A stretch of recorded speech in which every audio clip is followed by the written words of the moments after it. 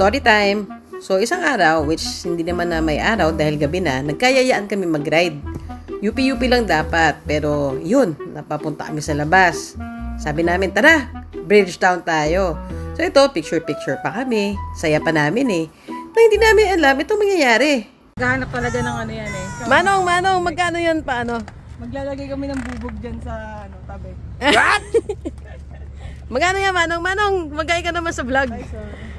500 Kahit ikaw yung naglagay ng bubog sa gilid, 500 pa din. Hindi po yung sinasabi. May pang-patch ba kayo? So yun na nga, nakita namin niya si ate na naka-black. Hindi naman namin niya kaibigan, pero sige, tinulungan namin. So ito, balik ride na kami. Picture, happy. Pick lang. Flat number 2. Good thing. Te, okay na ba yan, te? Okay ba yan, TPU mo? Ay, yan, okay yan. Yan. XR yan, XR. XR. Wow! Eh!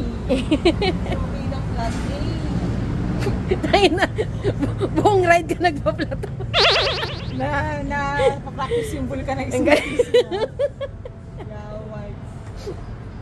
Hindi naman namin in-expect na may pa-vulcanizing 101 pala tong araw na to, diba? So, malay nyo next time, may tayo na aming shop.